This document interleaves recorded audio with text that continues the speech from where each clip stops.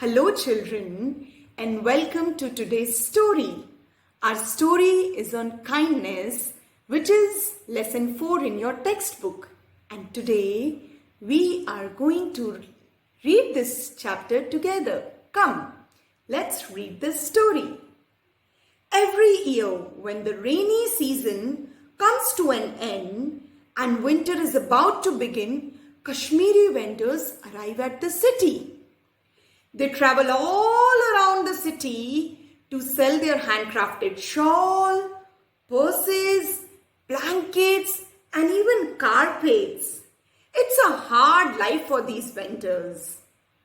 Their hardship does not end with their long journey from Kashmir to the city. In fact, it is just the beginning.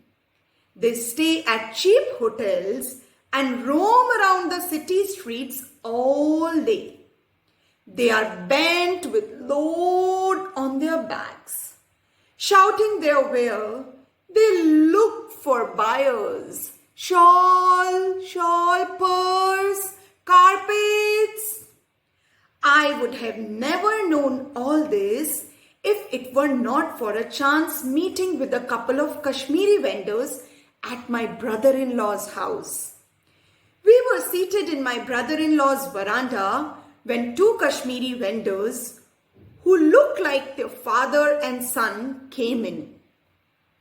The younger man carried a bundle on his back, while the other, frail and old, called attention to their wares in a sufficiently loud voice. Kashmiri shawls! Kashmiri shawls!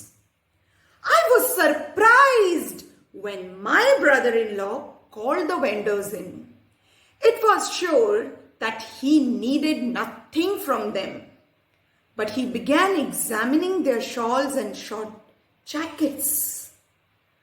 His wife, my sister, who was in the kitchen, got busy making tea. She knew that her husband wouldn't buy anything from vendors. I felt sorry for them. When my brother-in-law asked me to buy something, I politely declined. He then started chatting with the vendors about their families and their homeland. As they narrated the details of their different lives, I felt sad and guilty at beginning to such behavior. But my brother-in-law suddenly called out to his wife and asked her to serve the visitors something to eat, since they would be hungry.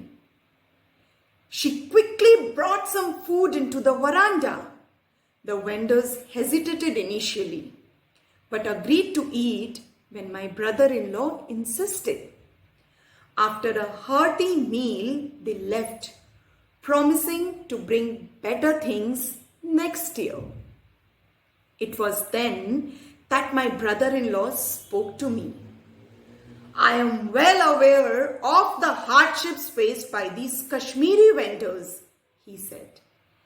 As I look at him, still confused, they eat in the morning and spend the rest of the day roaming around the city on foot, hungry and thirsty.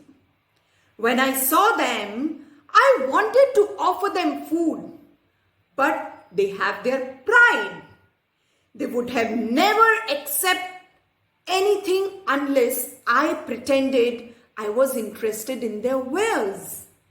So I had to make the offer of the food look unplanned. So this was the story which is adapted from Reader's Digest, July 2011 issue.